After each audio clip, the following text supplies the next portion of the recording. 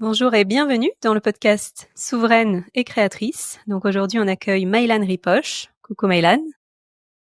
Bonjour Rubina. Je suis très heureuse de t'accueillir ici, Maïlan. Donc je vais dire quelques mots sur toi. Donc à l'origine, tu es coach en développement personnel et spirituel. Tu es également danse thérapeute en danse de lettres. Et à travers tes accompagnements, donc tu guides les personnes à se libérer de ce qui les entrave et à se relier à leur être profond. Et tu fais ça donc en les guidant par le corps, par le mouvement. Donc tu as passé de nombreuses années dans un parcours qui était personnel, donc à travers des thérapies, des stages, des retraites, des formations. Et c'est en 2020 qu'il y a un virage majeur dans ta vie, dans tes accompagnements, donc grâce à la rencontre avec la danse de l'être, avec Fabienne Courmont. Et c'est à ce moment-là qu'il y a un changement majeur dans ta façon d'accompagner. Donc c'est à partir de ce moment-là que tu es venu à créer ta modalité d'accompagnement, donc qui s'appelle danse intérieure. Donc on va en parler aujourd'hui. Et ce qui te tient à cœur aujourd'hui, c'est justement de guider les personnes à revenir vers la conscience de leur corps, comme tu disais, à danser avec ce qui est, danser avec la vie telle qu'elle est, vraiment se laisser traverser par la vie. Tu as aujourd'hui une chaîne YouTube qui s'intitule donc Danse intérieure, Maïlan Ripoche Danse intérieure, qui réunit aujourd'hui plus de 33 000 abonnés, donc 33.3 pour être plus exact. Voilà, donc pour un petit résumé de ton parcours, et peut-être une dernière chose que je mentionne, c'est à l'origine, tu avais une chaîne YouTube qui s'intitulait Les Guerriers Pacifiques, et donc à un moment donné, il y a eu la transformation de cette identité de guerrière pacifique vers donc Maïlan Ripoche danse intérieure. Donc il y a eu cette transformation. Donc voilà pour un petit résumé de ton parcours. Est-ce que tu veux nous parler des différentes étapes qui t'ont aidé à te construire? Donc la personne que tu es aujourd'hui, quels ont été les jalons qui ont été essentiels à ta construction? Voilà. Vaste question. Alors, en combien de temps? J'ai combien de temps? Tu as le temps que tu veux. Bah, moi, en tout cas, ce que je dis souvent, c'est que depuis toute petite, j'ai toujours su que je voulais aider les autres à être plus heureux. C'était évident pour moi, je savais pas encore comment, mais j'ai toujours été attirée par la spiritualité, sauf que je le nommais pas comme ça et j'avais pas conscience que c'était ça, mais j'ai toujours été attirée par le mystère de la vie. Et j'ai toujours eu conscience que il y avait une autre réalité que celle que je voyais et que malgré les souffrances que je pouvais vivre et les difficultés que je pouvais rencontrer dans mon enfance, il y avait toujours une petite voix qui me disait la vie c'est pas ce que tu vois et c'est bien plus que ça et cherche et tu trouveras. Et j'avais vraiment en fait et c'est vraiment cette voix intérieure qui m'a drivé, qui m'a guidée et qui m'a vraiment permis aussi j'allais dire de m'accrocher à la vie, hein, parce que franchement, il y a eu des périodes vraiment difficiles où vraiment ce fameux à quoi bon. Enfin, franchement, si la vie c'est ça, à quoi bon, vraiment. Et c'est pour ça que il y a toujours cette petite voix, tu vois, que j'entendais qui me disait non, c'est pas ça la vie, c'est plus que ça et tu trouveras.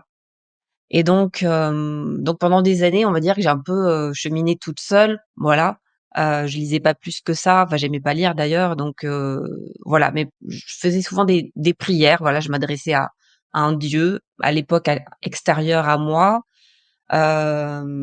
Bon, voilà. En tout cas, je demandais souvent de l'aide.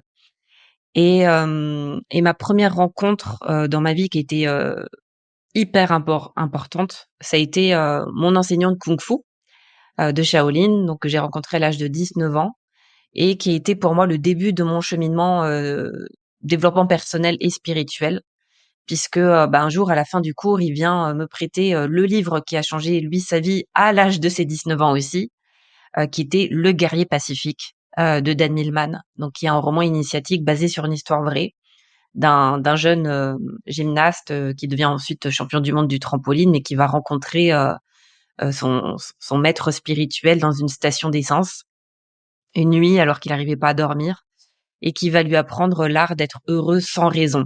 Donc, c'est-à-dire comment trouver le bonheur indépendamment des conditions extérieures. Et en fait, quand j'ai lu ce livre, ça a été une révélation parce que je me suis dit, mais en fait, ce livre répond à toutes les questions que je me posais depuis toujours. Et ça répond aux répond, enfin, ça me donne les réponses que je pressentais intuitivement, mais dont j'avais pas conscience et que personne m'avait confirmé ou validé.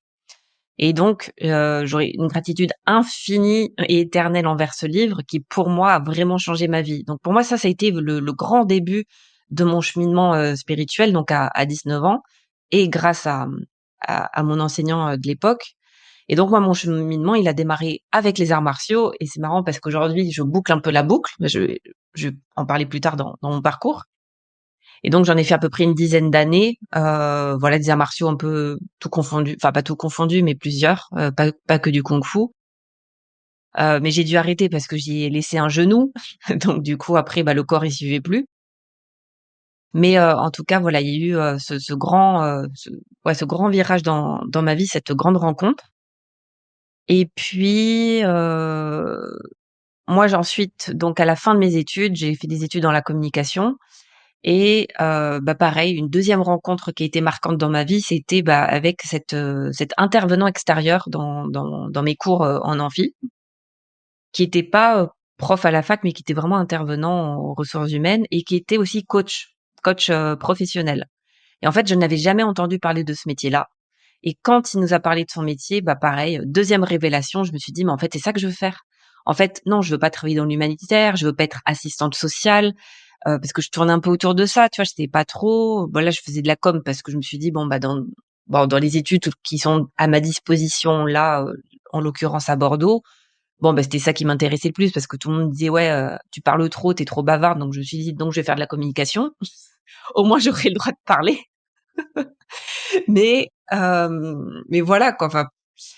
Et donc à la fin de mes études, je commence à me former du coup, bah, à la PNL, donc programmation neurolinguistique, et au coaching. Donc du coup, pendant plusieurs années, j'ai cumulé mon activité de salarié et mon activité de coach. Je crois que j'ai cumulé au moins 5 ans, les 2 activités. Là, j'ai développé mon activité de coach. J'étais jeune, à l'époque, genre à l'époque, la vieille quoi. Donc enfin, j'ai été diplômée à 25 ans. Aujourd'hui, tout le monde est coach à 25 ans, mais à mon époque, j'étais toujours systématiquement la plus jeune, des formations, en fait. Et hem et donc j'ai commencé comme ça le coaching jusqu'en 2016 où, j'ai demandé une rupture conventionnelle et je me suis formée au ce qu'on appelle aussi le marketing, en ligne. Donc comment, se faire connaître sur les réseaux sociaux, comment développer sa chaîne YouTube, et cetera. Donc là, à l'époque, c'était avec Martin Latulipe, qui est un coach, québécois. Et pareil, pour moi, ça a fait un switch aussi dans, on va dire, dans mon activité, que j'ai choisi du coup d'appeler Les Guerriers Pacifiques, justement, bah, pour honorer le livre qui avait, changé ma vie, à mes 19 ans, et qui était le début de ce grand chemin, en fait. Donc ça a été, très, voilà, je vais dire un peu une suite logique, d'événements et en même temps des rencontres, providentielles, j'ai envie de dire, qui m'ont aidée aussi sur mon chemin, pour me guider. Et donc voilà, donc je commence à faire du coaching, j'ai découvert ensuite l'univers des conférences. Moi, à la base, il faut savoir que je suis hyper timide, et même poser une question en classe, c'était juste pas possible, tu vois? J'étais toute rouge, je tremblais, et cetera. Et quand on me parle de donner des formations et des conférences, enfin, pour moi, c'était, bah, c'est un truc que j'admirais, mais c'était tout sauf pour moi, en fait. Sauf que je me suis donné l'autorisation, en tout cas, de commencer petit, pas à pas, donc en donnant, des formations, enfin, en animant plutôt des ateliers gratuitement dans des associations. Donc à l'époque, je transmettais la méditation de pleine conscience dans des associations. Et en fait, j'avais des super retours et je me suis dit: «Mais en fait, j'adore transmettre. J'adore ça, en fait. J'adore être coach, j'adore accompagner les gens à trouver les réponses par eux-mêmes, mais la transmission, l'enseignement, j'adore ça et je suis bonne, en fait, dans ça». J'ai vraiment cette pédagogie que, comme moi, je suis à la base quelqu'un de très, très mental, du coup, je suis toujours celle qui pose la question, en formation, en stage, je suis toujours celle qui va poser la question que tout le monde se pose, mais que personne n'ose poser. D'ailleurs, on m'a encore fait ce retour-là, tu vois, là, le week-end dernier, j'étais en stage, rien à voir, la voix du sentir, tu vois? Et à un moment, j'ai posé une question et il y a la moitié du groupe qui est venu me voir après en me disant: «Merci Maïlan d'avoir posé la question», parce que moi aussi je me la posais, mais j'ai pas osé la poser. Et je dis: «Mais moi, j'ose, en fait». Et donc, donc les formations et après donc l'univers des conférences où là, pareil, j'ai voulu, enfin, j'ai l'appel de la scène, vraiment, parce que j'adore ça. Et en même temps, ça me fait flipper, mais en fait, j'ai toujours su aller, au-delà de mes peurs, écouter mes élans, mes envies profondes, malgré la peur. Et donc du coup, pour moi, bah, ma vie était toute tracée, c'était le coaching et les conférences et les formations en ligne. Enfin pour moi, et ça commençait à bien marcher, je commençais à être reconnue dans mon domaine, donc bah, ma vie était tracée, quoi. Sauf que la vie m'a dit: «Ah bon? Tu crois que c'est bien tracé?» C'est bah, comme dans le couple, tu te dis: «Ça y est, j'ai trouvé le bon, alors hop, ça rentre bien dans une case, ça ne va plus bouger». Et beh, bim! Donc bah, là, ça m'a fait pareil et donc en 2020, donc j'étais à une formation, énième formation de développement personnel et spirituel. Donc là, une formation en énergétique, on va dire. Et pendant donc pendant un exercice, bah là, l'assistant de mon formateur me, me regarde droit dans les yeux et puis il me dit: «Mais Maëlane, tu danses? C'est ton métier, la danse?» Et je me suis dit: Pas du tout, rien à voir». Je lui dis: «Non, non, je suis coach de vie et je donne des conférences». Et là, il insiste. Et là, il insiste, il me dit: «Mais si Maïlan, tu as quelque chose avec la danse et d'ailleurs, quand tu danses, tu actives ton énergie créatrice que tu n'actives pas autrement et tu as quelque chose même à transmettre avec la danse». Et là, quand il me dit ça, j'ai pas compris ce qui s'est passé. C'est vraiment cette sensation comme s'il me lançait une flèche dans le cœur et là, je me mets à pleurer et je comprends que quand je pleure comme ça, c'est vraiment mon âme qui me dit: «Oui, c'est ça». Donc à ce moment-là, je comprends pas du tout de quoi il me parle. Je me dis: «Bah, ça veut dire quoi, la danse? Est-ce qu'il faut que je reprenne la salsa bachata?» Je sais pas, enfin, j'étais là, bah, la danse, oui, j'ai fait du modern jazz quand j'étais petite un petit peu. Enfin, oui, j'adore danser, mais je danse pas plus que ça. Et la dernière danse que j'ai fait, oui, c'était la salsa bachata, dans les bars à Paris, vite fait, quoi. Mais je suis pas du tout une professionnelle de la danse, je danse pas tous les jours, je suis pas obsédée par la danse, enfin voilà, quoi. Et en même temps, je sais que c'est ça. Et donc 1 mois plus tard, je retourne à cette formation et là, je vais déjeuner et au niveau du réfectoire, donc il y avait une étagère et il y avait un livre posé dessus, pas 2, il n'y en avait qu'un parce que, tu vois, mes guides ou peu importe qui c'est, ils se sont dit: «Elle, comme elle est un peu bouchée sur les bords, faut pas lui envoyer du signe, faut lui envoyer du gyrophare. Donc on va pas lui mettre 2 livres, on va en mettre qu'un, bien face à elle pour pas qu'elle le loupe». Et donc ce livre, c'était La danse de l'être de Fabienne Courmont et quand je vois le livre, direct, je comprends que c'est ça, en fait. Donc je commence à le feuilleter et là, bah, comme avec le Guerrier Pacifique, boum! Révélation et je me suis dit: «C'est quoi ce truc?» Et je comprends qu'à ce moment-là, que c'est ça que je cherchais depuis toute ma vie, sans savoir que c'était ça que je cherchais depuis toute ma vie. C'est-à-dire, bah, une voie d'éveil à travers, le corps en mouvement, à travers la danse et voilà une voie d'éveil et de libération émotionnelle par le corps en mouvement. Et là, je me suis dit: «Bah, en fait, c'est ça que je cherche depuis toujours, en fait». Et donc du coup, j'ai commencé à me former avec elle pendant, quasiment 3 ans, 2 ans et demi. Et donc, bah, aujourd'hui, j'en suis là où j'en suis, c'est-à-dire que, bah, en fait, j'ai même arrêté les coachings individuels pour me dédier exclusivement à cette approche par le corps en mouvement parce que pour moi, par rapport à mon propre chemin, c'est la voie la plus directe. Et je disais juste avant qu'à la base, je suis quelqu'un de mental et en fait, cette approche du corps, l'approche corporelle, l'approche sensitive, pour reprendre aussi les termes de Louis Sansa, c'est, je sais que c'est ma voie et qu'en fait, beh, j'ai dû passer par l'extrême opposé, justement pour trouver les réponses dans mon corps. Parce que justement, c'est quelque chose qui m'était complètement étranger. Et donc c'est pour ça aussi que je me sens, d'une certaine manière, c'est assez paradoxal, mais j'allais dire légitime dans ce que je transmets et c'est aussi pour ça que les espaces que je guide, il y a énormément de transformation parce que j'ai fait le chemin moi-même. Ça veut pas dire que je suis arrivée, je suis pas du tout arrivée, je suis toujours en chemin, mais par contre, je sais que ce que c'est que d'être dans sa tête.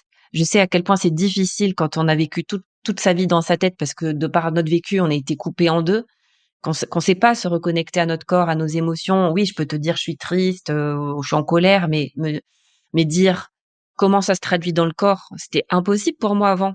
Pour moi, c'était bah je sais pas, je suis en colère. Oui, mais c'est où dans le corps? Je comprenais même pas la question. Ça veut dire quoi? C'est où dans le corps? Bah je suis en colère. C'est une émotion. Et je ne comprenais pas que l'émotion était logée dans le corps, que c'est aussi une manifestation physique. Je faisais ouh, on parlait chinois en fait. Et donc voilà, j'ai vraiment tout déconstruit pour me réapproprier mon corps euh, et trouver, bah, pour moi encore une fois, ce chemin d'éveil par le corps. Parce qu'aujourd'hui, je suis dans une démarche de spiritualité incarnée. Et donc pour moi, mon chemin et celui que je propose aux gens, c'est vraiment d'amener la conscience, de passer de la conscience mentale à la conscience corporelle. Et moi, avant, je faisais l'inverse. Enfin non, c'est pas l'inverse parce que il y avait même pas de conscience corporelle. Mais en gros, j'étais de la conscience mentale à la conscience mentale. En fait, il y avait rien d'autre. Et pour moi, les réponses, elles étaient là-haut, je sais pas où, dans les terres, dans l'espace. Et donc pour moi, finalement, j'étais dans la fuite du corps.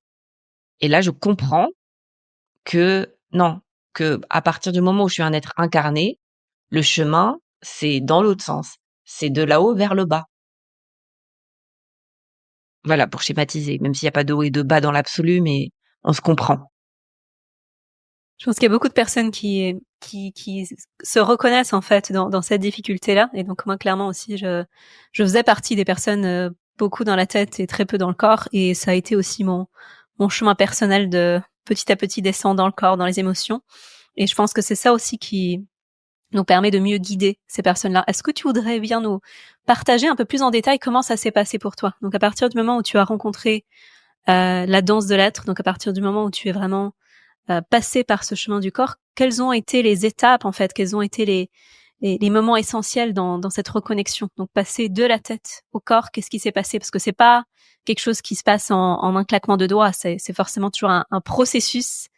Qu'est-ce que tu peux partager avec nous de ce processus? Alors, bah, moi, mon chemin, il a commencé par la méditation, avant la danse, la méditation de pleine conscience. Donc déjà, c'était devenir observatrice de mes pensées, de mes sensations et de mes émotions.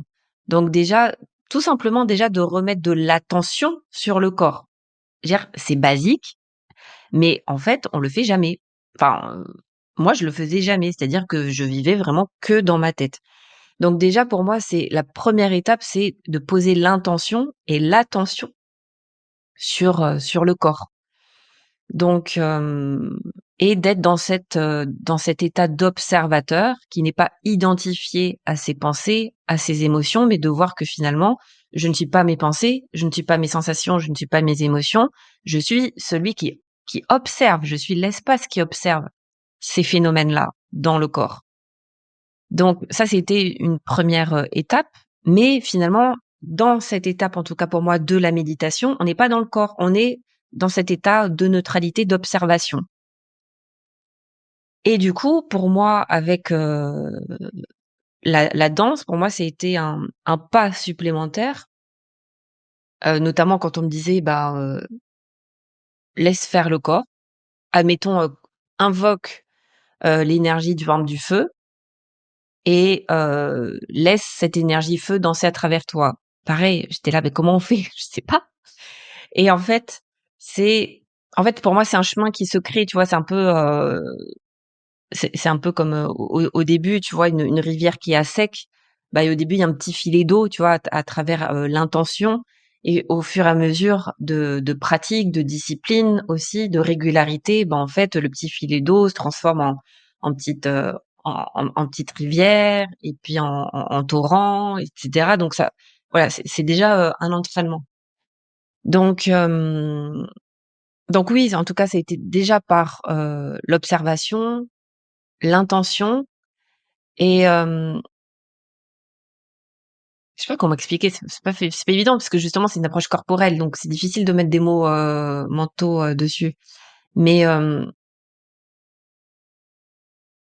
oui, enfin je sais pas comment dire, c'est un entraînement en fait de d'affiner sa sensibilité, au corps. Et pour moi, le fait de au début d'activer le corps, donc par le mouvement, ça permet aussi d'activer du coup l'énergie, de remettre en circulation l'énergie qui est souvent bloquée dans le corps.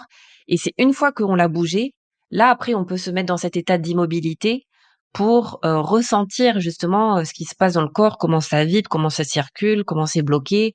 Et pour moi en tout cas, ouais, c'est plus facile de d'abord bouger le corps, voilà, de le secouer par exemple dans tous les sens, de shaker et ensuite de revenir dans un état d'observation méditatif et d'observer ce qui se passe. Je sais pas si ça répond à la question. Merci Maëlène. Donc il y a une première partie de ta vie qui était vraiment dédiée aux arts martiaux et puis cette ouverture vers la danse. Quelles sont les qualités que chacune de ces parties t'ont permis de développer en fait en tant qu'humaine? Donc quelles ont été les qualités que t'a apporté ta pratique d'arts martiaux et quelles sont les qualités que t'ont apporté les dernières pratiques plus reliées à la danse, au mouvement? Bah, le yin, l'harmonie du yin et du yang. En fait, ma première partie de vie, les arts martiaux, pour moi, ça correspondait à ma partie yang, donc mon aspect guerrière, qui est toujours là, hein, mais que j'honore parce que j'aime cette partie-là en moi et ça fait partie de moi. Euh, Clairement, je veux dire, j'ai cet archétype qui est vivant en moi, donc ça, je veux pas le renier, même si à un moment, disons que la guerrière, elle a pris un peu toute la place, et donc vraiment dans le côté, dans l'énergie très yang. Mais du coup, ça m'a apporté une force, une stabilité, un ancrage à la fois bah, dans le corps, parce que les arts martiaux, si t'es pas ancré, tu tombes quoi. Donc là, du coup, c'est vraiment mettre son attention justement dans le hara ou dans le dantian, donc le centre de l'énergie vitale, donc dans le bas du corps, dans les jambes. Donc on va chercher vraiment la stabilité, la puissance dans le bas du corps. Donc vraiment cette énergie yang, ce socle solide pour accueillir l'énergie plus fluide du haut du corps, yin, tu vois, pour que ça puisse danser ensemble. Donc pour moi, les arts martiaux, déjà, j'ai en tout cas, c'est l'univers aujourd'hui qui me parle le plus, on va dire, par rapport à ma vibration personnelle. Ben, c'est l'univers qui correspond le plus à ma fréquence, j'ai envie de dire. Donc, pour moi, c'est juste tellement naturel. En fait, quand je suis avec des gens qui sont dans ce milieu-là, je me sens à la maison, quoi. Il y a quelque chose où on se reconnaît. C'est simple, tu vois. Je me reconnais beaucoup moins dans l'univers du yoga, par exemple, où c'est moins ma fibre, quoi.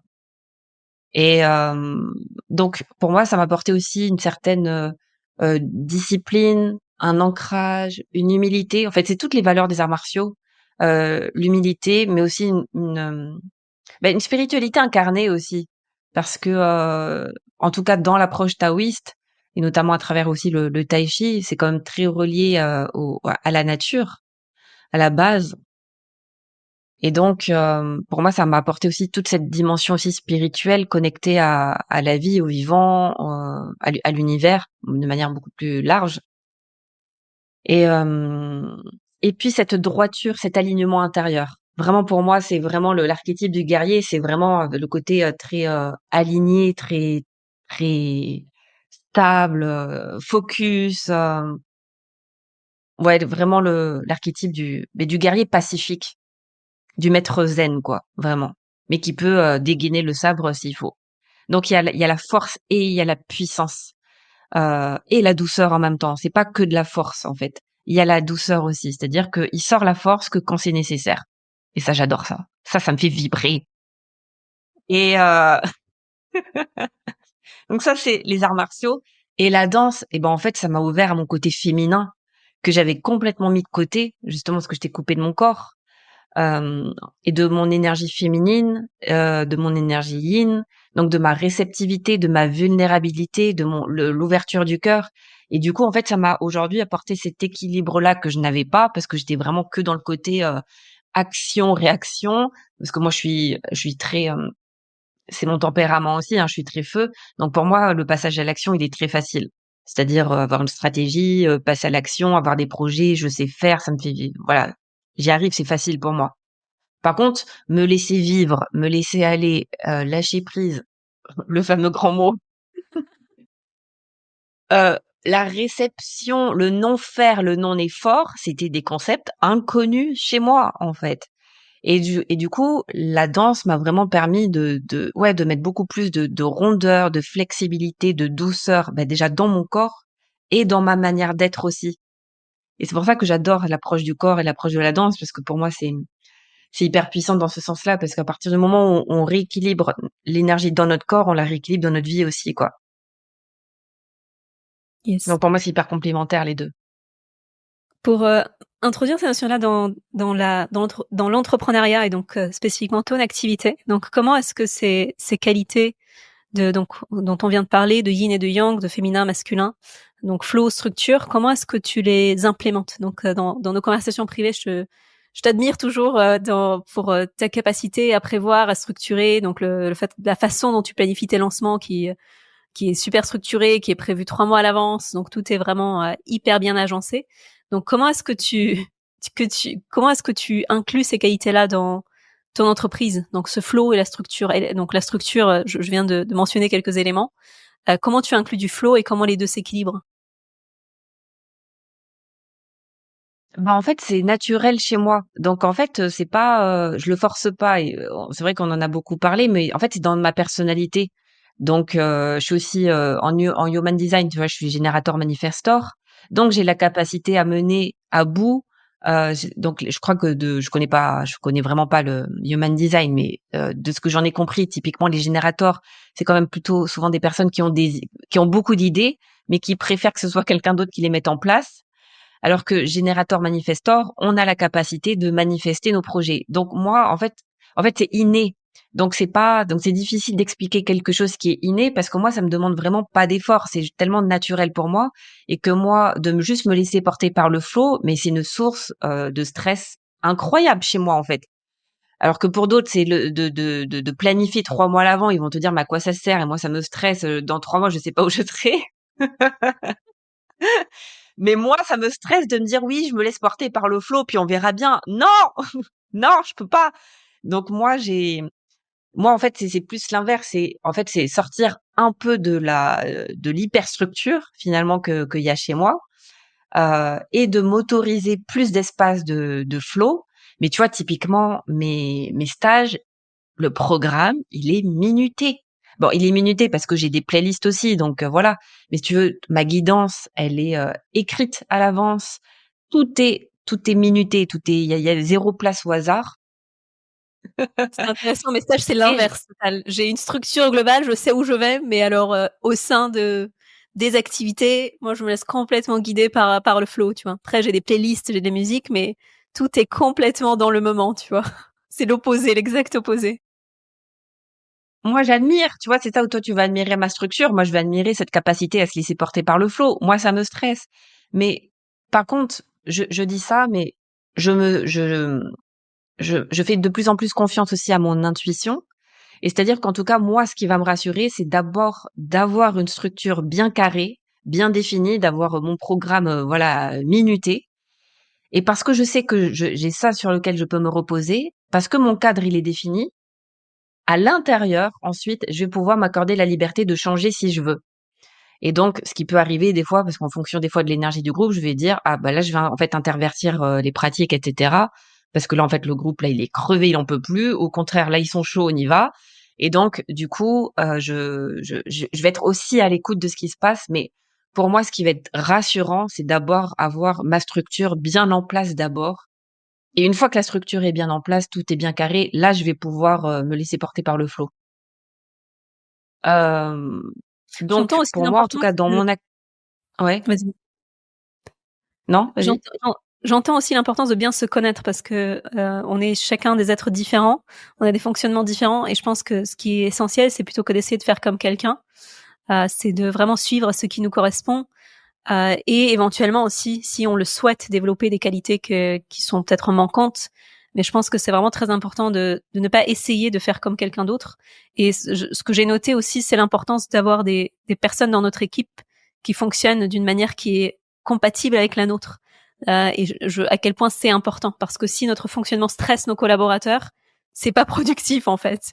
Donc, faut aussi dans le choix des équipes euh, recruter des personnes qui sont compatibles avec notre fonctionnement. Ah mais ça, c'est clair. Oui, c'est évident. Moi, je le vois, je l'ai vu, dans les personnes notamment qui m'ont accompagnée aussi dans les stages, etc., c'est que justement moi j'ai un côté en plus, je suis très très exigeante. Et donc j'ai un niveau d'excellence qui est très haut, enfin en tout cas par rapport à mon point de vue. Après peut-être que pour certains, sur certains aspects, non, puis on va dire bah non, mais là t'es complètement laï quoi. Mais mais en tout cas, c'est vrai que j'ai un côté assez intransigeant. Et donc du coup, c'est clair que si j'ai une personne qui n'a pas le sens des détails, qui n'est pas proactive, moi, ça va me stresser plus qu'autre chose parce qu'en fait, je vais du coup, au lieu de déléguer, je vais tout reprendre en charge parce que je vais pas avoir confiance et je vais me dire: «Attends, OK, c'est bon, je le fais et puis en plus, ça sera plus rapide, si je le fais». Donc ouais, déléguer, c'est vraiment pas facile, mais mais je te rejoins dans le sens où c'est hyper important d'être entouré à la fois de personnes, bah, complémentaires, mais pas à l'opposé de nous parce que sinon ça génère des frictions en fait. On se comprend pas, on parle pas le même langage, on n'a pas la même manière de fonctionner. Et ce que tu dis, tu vois, par rapport à la structure et au flow, bah typiquement, nous sommes le parfait exemple. C'est-à-dire que plusieurs fois, tu me disais, mais j'admire comment tu fais ta structure, je devrais faire pareil, mais en fait, c'est pas dans ta nature. Donc, tu vas essayer une fois, ça va te gonfler, et tu vas revenir à ton mode de fonctionnement habituel. Et moi, juste de me dire, allez, je tente un lancement juste en me laissant porter par le flow, mais je vais être en PLS. Je vais être en PLS. Parce que du coup, j'aurais l'impression, par rapport à mon niveau d'exigence, de ne pas avoir été à mon maximum et donc du coup, je vais m'auto-saboter parce que je vais me dire: «Mais en fait, j'étais complètement là». Moi, j'aurais l'impression que d'être dans le flow, c'est être à l'arrache et du coup, c'est hyper inconfortable pour moi. Donc non, je ne peux pas être juste dans le flow. D'abord le cadre et après le flow, tu vois? Mais en même temps, si on enfin, je veux dire, si on reprend l'énergie du yin et du yang. Pour moi, c'est pour que le yin puisse s'exprimer librement, il a besoin d'une Mmh structure, il a mh. besoin d'un pilier, d'un socle dans lequel il va pouvoir danser, s'épanouir.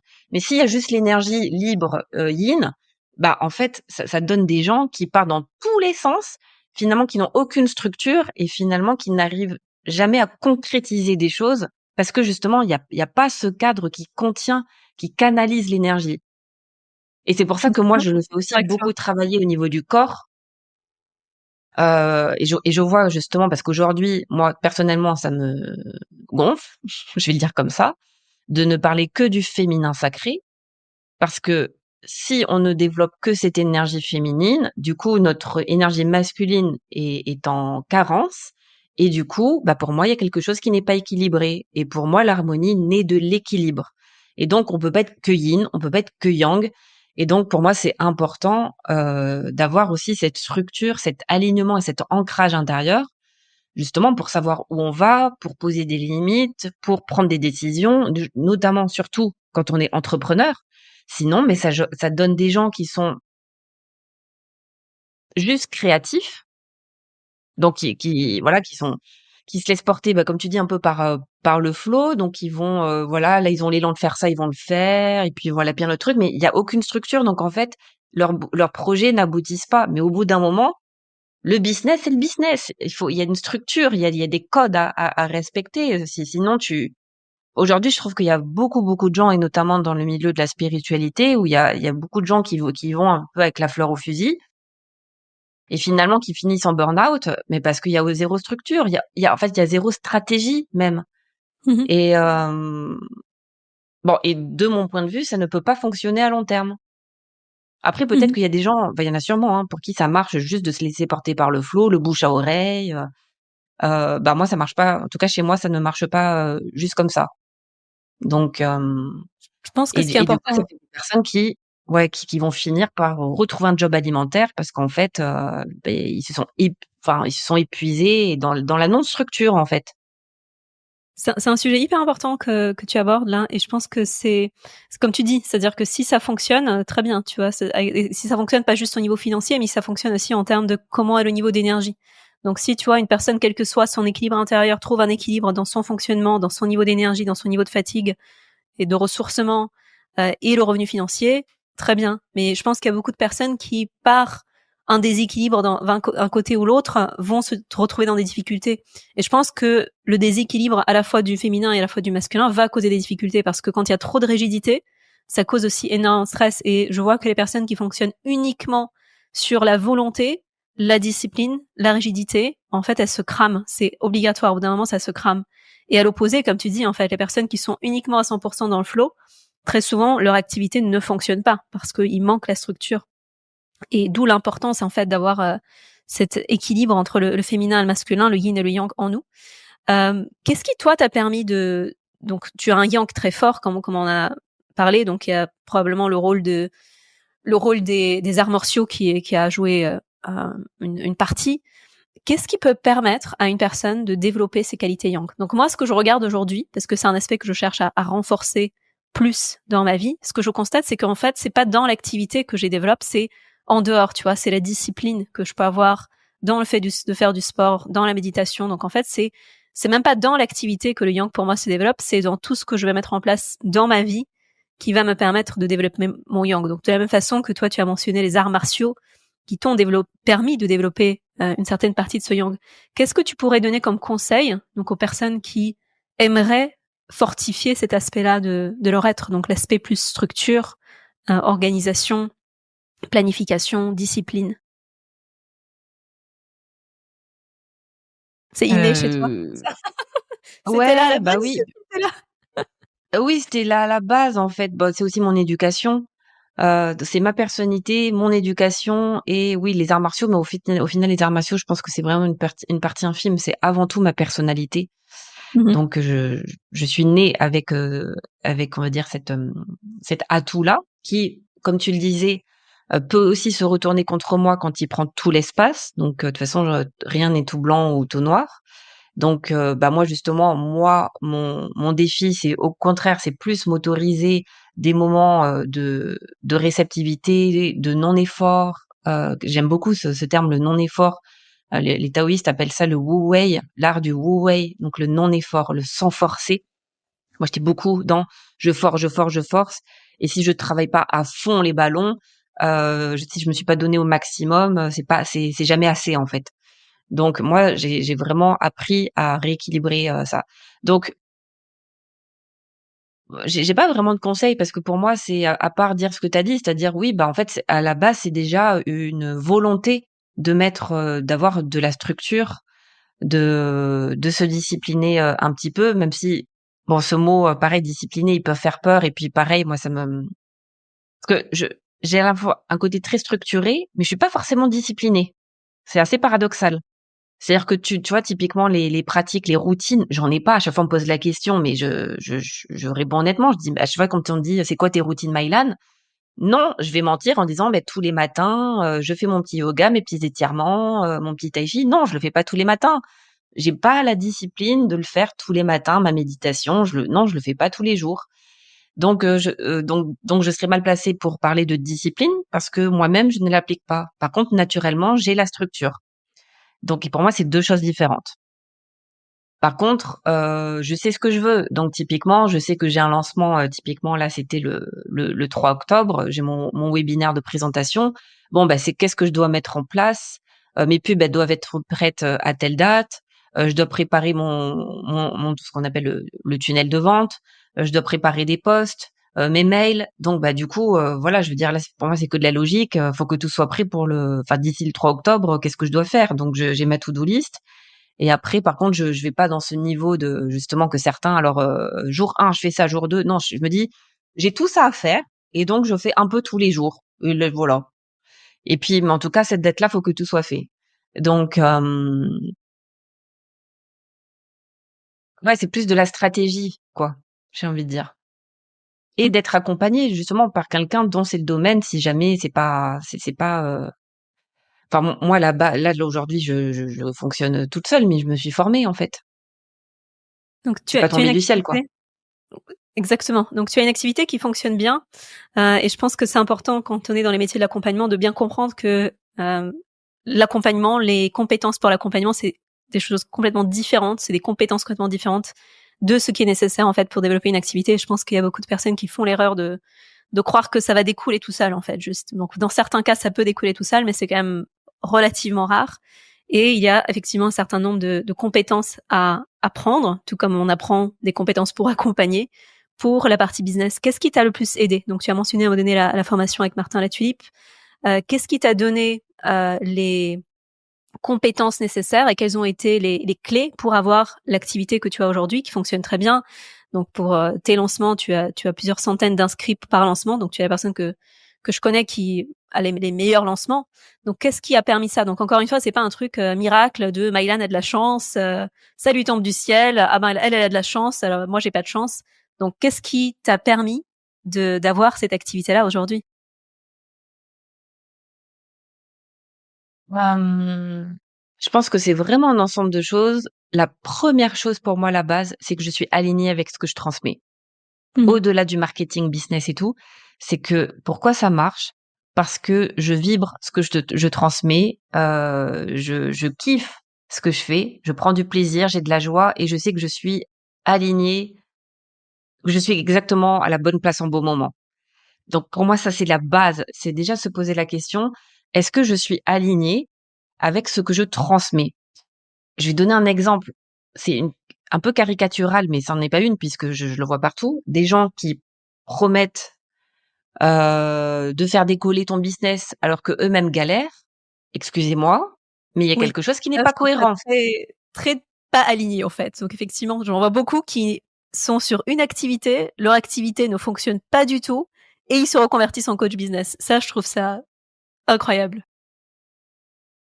Ouais, Donc, bien sûr que moi, la première, je suis pas totalement alignée avec ce que je transmets aussi, mais par contre, je le dis, j'en ai conscience. C'est-à-dire que typiquement, moi, je le dis, j'aime dire: «On enseigne ce qu'on a le plus besoin d'apprendre». Et moi, pourquoi j'enseigne la voix du corps? Parce que pour moi, ça a été difficile de me connecter au corps et parfois ça l'est encore. Je suis toujours en chemin. Par contre, j'en ai conscience et je le dis et donc du coup, ce que donc je vends pas du rêve. Voilà, je dis clairement là où j'en suis et voilà moi le chemin que j'ai fait. Je peux vous accompagner sur le chemin que j'ai fait. Voilà. Donc déjà pour moi, ouais, la base, c'est vraiment de est-ce que je suis vraiment cohérente dans et alignée dans ce que je propose, déjà.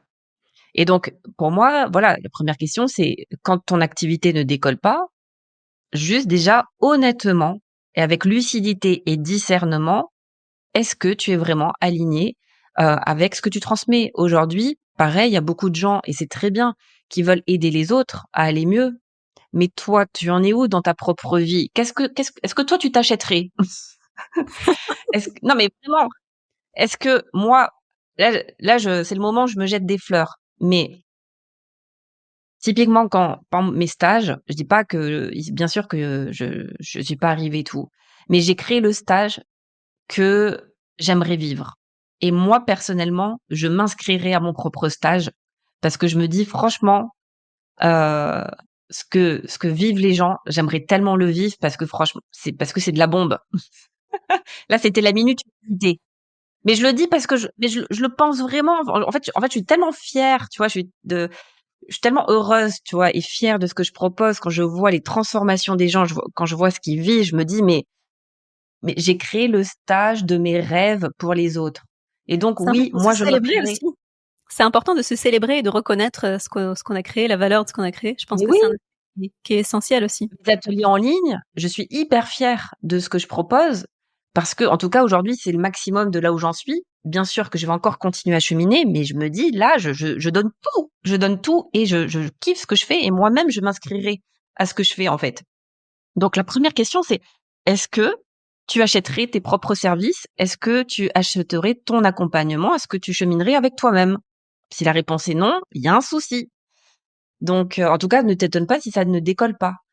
Et l'autre point aussi, pour moi, c'est la communication. Là, pareil, on peut faire débat, hein, parce qu'il y a des gens où je vois, hein, ils ont même pas besoin de communiquer, leurs stages sont remplis et tout, donc c'est par le bouche à oreille. Typiquement, le stage où j'étais la semaine dernière, c'est des brels en communication, hein. Et ça On marche. était 70. Waouh! On était 70, mais parce que voilà, parce qu'il y a du bouche à oreille, parce que c'est une voix qui est, assez, enfin, c'est très chouette et tout. Donc voilà, donc je dis pas que c'est pas une vérité absolue ce que je fais, mais moi j'aime communiquer. Donc c'est mon truc. Moi, en tout cas, ce que je vois, c'est je ne communique pas, je ne vends pas. Voilà, que ce soit les réseaux sociaux ou les mails, un mail, une vente, enfin des ventes. Des posts sur les réseaux sociaux, plus de vues, plus d'abonnés, plus de visibilité et cetera. Donc pour moi, ça passe par là. Il y a bon, voilà, je vais le pareil, le dire comme voilà, peut-être que je suis dans le jugement, mais j'assume d'être dans le jugement. Il y a des personnes qui me disent: «Ouais, mon stage, il se remplit pas, je galère». Et en fait, je leur dis: «Mais tu as communiqué dessus?» «Non». «Mais t'attends quoi? Que les gens, ils tombent du ciel?» Et en fait: «Oui, mais j'ai fait un post il y a 3 semaines». Bah, ouais, moi, en tout cas, quand je suis en lancement, je poste tous les jours. Alors, ça veut pas dire que c'est pareil, ça prend aussi avec, des pincettes ce que je dis avec, voilà, c'est pas parce que tu bombardes en permanence que tu fais plus de ventes aussi, mais à un moment, c'est aussi une question d'équilibre. C'est que si tu ne communiques pas sur ce que tu fais, comment tu peux être étonné de ne pas avoir de clients derrière? Et là, je vois là, j'ai des personnes, même dans voilà, que je connais, qui ne remplissent pas leur stage ou qui ne remplissent pas leur coaching, alors que c'est des personnes qui sont vraiment très bonnes dans leur domaine, mais ils ne communiquent pas ou ils font un post une fois tous les mois en disant: «Beh, ça y est, je pense que tout le monde l'a vu». Mais non! Les réseaux sociaux, notamment moi je suis beaucoup sur Instagram, c'est du bombardage parce qu'en fait, Une parce que tu infime n'es pas partie le des centre du personnes voient le monde. post, en fait. Mais oui, et ou le lisent pas, et c'est ou ils le lisent, mais sans vraiment le lire. Et donc pour moi, c'est il faut radoter, radoter, radoter. Et souvent on a peur d'embêter les gens ou de radoter, mais en fait non, la communication, c'est du radotage. Et donc pour moi, en tout cas, la communication, c'est important. Donc l'alignement, la communication. C'est quoi la question? Qu'est-ce qui permet de développer une activité, prospère? Donc quels sont les Ah oui, facteurs clés?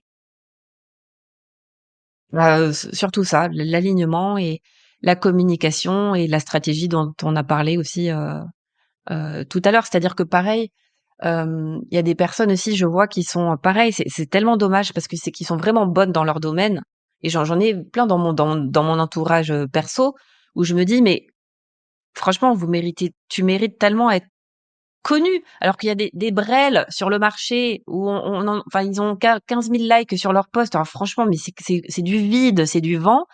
Toi, tu es super bon dans ce que tu fais, mais personne te connaît parce que tu communiques pas! Et Et donc, ouais, il y a et puis tu communiques pas, et surtout tu ne sais pas comment communiquer. Et pour moi, ça s'apprend. Donc à un moment, faut se faire accompagner, faut se faire former sur comment on se fait connaître sur les réseaux sociaux, comment on fait un post Instagram, comment on fait un tunnel de vente, comment on écrit un mail de vente. Et tout ça, c'est pas des gros mots. À partir du moment où on a choisi d'être entrepreneur, je veux dire l'aspect business, l'argent, la thune, ça je veux dire, c'est normal. Et pareil, je vois aussi dans ce milieu-là, spirituel, typiquement le stage, pour reprendre l'exemple dans lequel j'étais le week-end dernier, je leur ai dit: «Vos prix, c'est abusé». Mais C'est dans quel genre de prix? le prix, ce que vous proposez, ça vaut minimum 3 fois le montant que vous demandez. Et là, en fait, ces gens-là, se retrouvent à travailler, à offrir des stages, bénévolement, parce que vu le prix du stage, clairement, ils ne se payent pas. En plus, ils sont 2. Et je leur ai dit: «Je suis désolée, mais c'est vos prix sont indécents», mais dans le je veux dire, dans le Dans le mauvais côté, dans le l'autre côté, trop bas.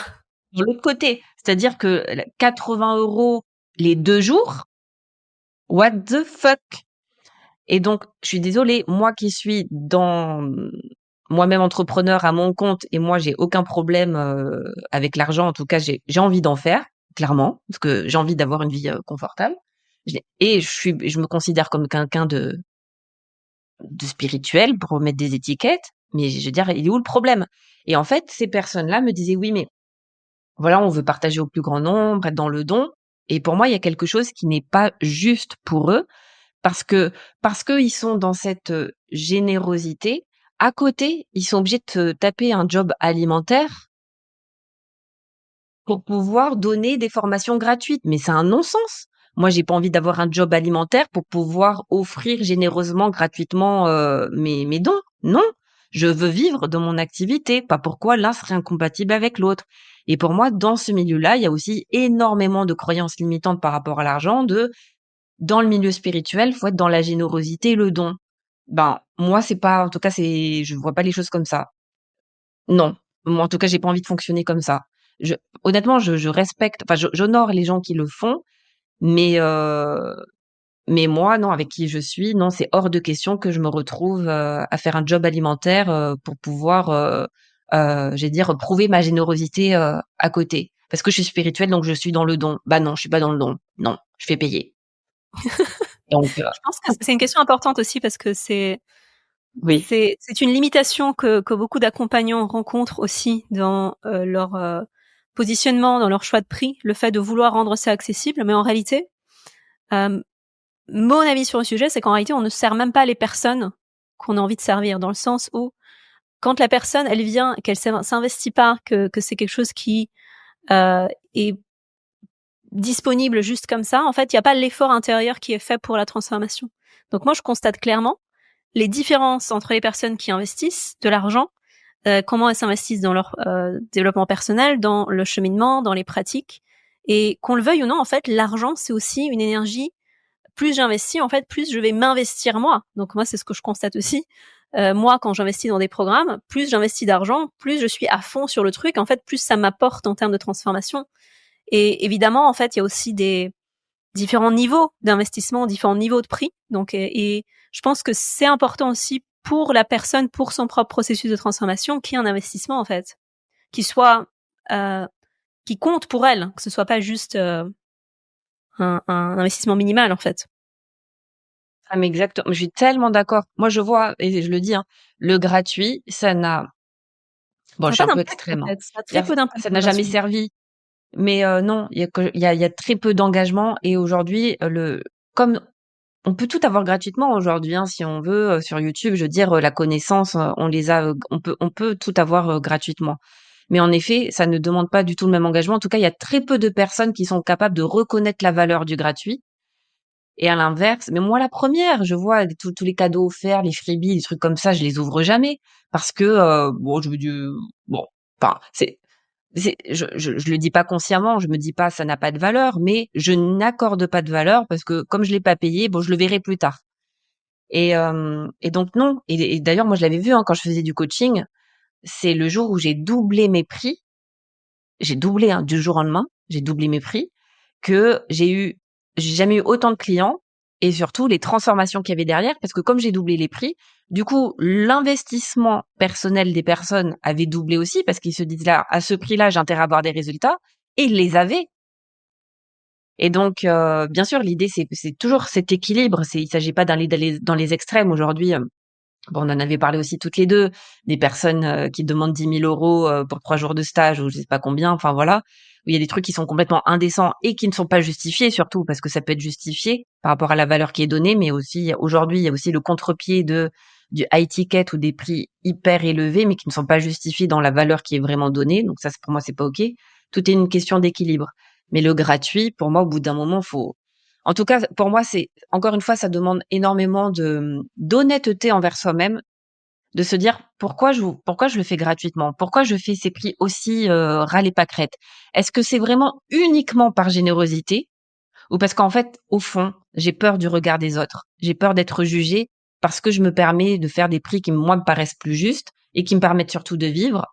Mais comme je veux montrer que la facette, spirituelle, généreuse dans l'amour inconditionnel de moi, bah non, du coup, je fais des prix plus bas parce qu'au moins ça donne une bonne image de moi. Bah, en tout cas, moi, personnellement, je me libère, enfin, je dis pas que j'en suis libérée, mais par rapport à Mmh. l'argent, bah, mes prix sont, ce qu'ils sont et pour certains, ça sera, toujours trop cher et pour d'autres, ça ne l'est pas assez par rapport à ce que je donne. Non, le plus important, c'est soi, être aligné. Donc soit être aligné avec la valeur qu'on perçoit donner. Et je pense que ça, c'est un facteur qui est clé. Du coup, il y a aussi un travail intérieur personnel qui peut être nécessaire, en fait, pour remonter cette valeur intérieure qui parfois peut être trop basse. Donc, soit par rapport à des raisons que tu as mentionnées, soit aussi par rapport à ce rôle de sauveur, en fait, qu'on s'accorde. Donc, je dois sauver les gens, alors que c'est le rôle de personne de sauver. La seule personne qui peut se sauver, c'est la personne elle-même et aussi toutes les croyances négatives qu'on peut rattacher à l'argent. Donc ça aussi c'est des poids qui pèsent dans les choix de prix, dans le positionnement. Et ça c'est avant tout un travail personnel intérieur. Exactement. Alors, on est parti du coup beaucoup sur la question de l'argent. C'est pas nécessairement le thème prévu, mais c'est que ça devait être là. Donc c'est un thème, je pense, très très très intéressant à aborder. La Euh, souveraineté, hein, pour moi, ouais, on est carrément dans le thème. Hein. yes, oui. Bah, je veux dire pas par rapport au thème du podcast. On est complètement dans le thème du podcast, mais je veux dire dans ce que j'avais prévu en termes de thème à aborder avec toi. C'était pas quelque chose que j'avais écrit sur ma petite structure pour reparler de structure. Mais c'est une thématique qui est très très très importante. Et je pense donc pour revenir au thème du podcast, donc la vision de ce podcast, c'est de guider. Donc moi je travaille spécifiquement avec les femmes, mais c'est un podcast qui s'adresse aussi aux femmes, aux hommes, personnes qui écoutent. C'est qu'est-ce qui nous permet en fait de développer cette capacité d'être créateur, de retrouver notre souveraineté. Et pour moi, l'entrepreneuriat, ça a été un des chemins. Donc il y a trois parties dans ma vie qui ont été essentielles, c'est la spiritualité et l'entrepreneuriat et tout ce qui est autour du thème de sexualité. Et pour moi, l'entrepreneuriat, c'est une voie de développement. Donc, c'est une voie qui permet de développer notre qualité d'être souverain. C'est une voie qui permet de connecter avec notre capacité de création. Et en fait, la question de l'argent est intrinsèquement liée aussi, c'est parce que c'est aussi un flow. Donc, plus je contribue dans ce monde, plus je vais créer, plus il y a un flow qui revient. Et ce que tu disais quand je t'ai posé la question de qu'est-ce qui est réellement important, je pense que ce que tu as cité en premier, c'est clé. C'est d'abord l'alignement. C'est est-ce que ce que je fais, est-ce que j'aime ce que je fais? Est-ce que j'ai envie de le faire? Est-ce que c'est quelque chose qui m'anime? Et est-ce que ça a de la valeur, en fait? Est-ce que la transformation que je propose, elle amène les personnes vers plus de souveraineté, vers plus de puissance créatrice dans leur vie? Donc, on était 100% dans le thème. Donc, pour revenir au titre du podcast, donc souveraine et créatrice, qu'est-ce que toi, ça t'évoque? Donc, souveraineté, qu'est-ce que c'est une personne qui est souveraine et créatrice pour toi? Là, pour moi, c'est tout ce dont on a parlé là pendant tout ce podcast. C'est être aligné avec son être, pour moi, tout simplement, en fait. En tout cas, la souveraineté, c'est oui, j'ai pas d'autre mot que être aligné avec son être. Et c'est en plus, je vais dire, c'est presque une sensation physique. C'est pas juste un concept l'alignement, c'est est-ce que dans mon énergie, je me sens bien calée en fait. C'est vraiment ça. C'est vraiment une sensation.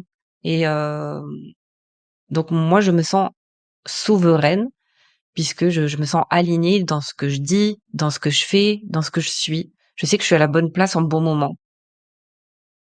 C'est Mhm. une sensation. Et du coup, comme je suis souveraine, je peux être créatrice parce que en fait, c'est naturel.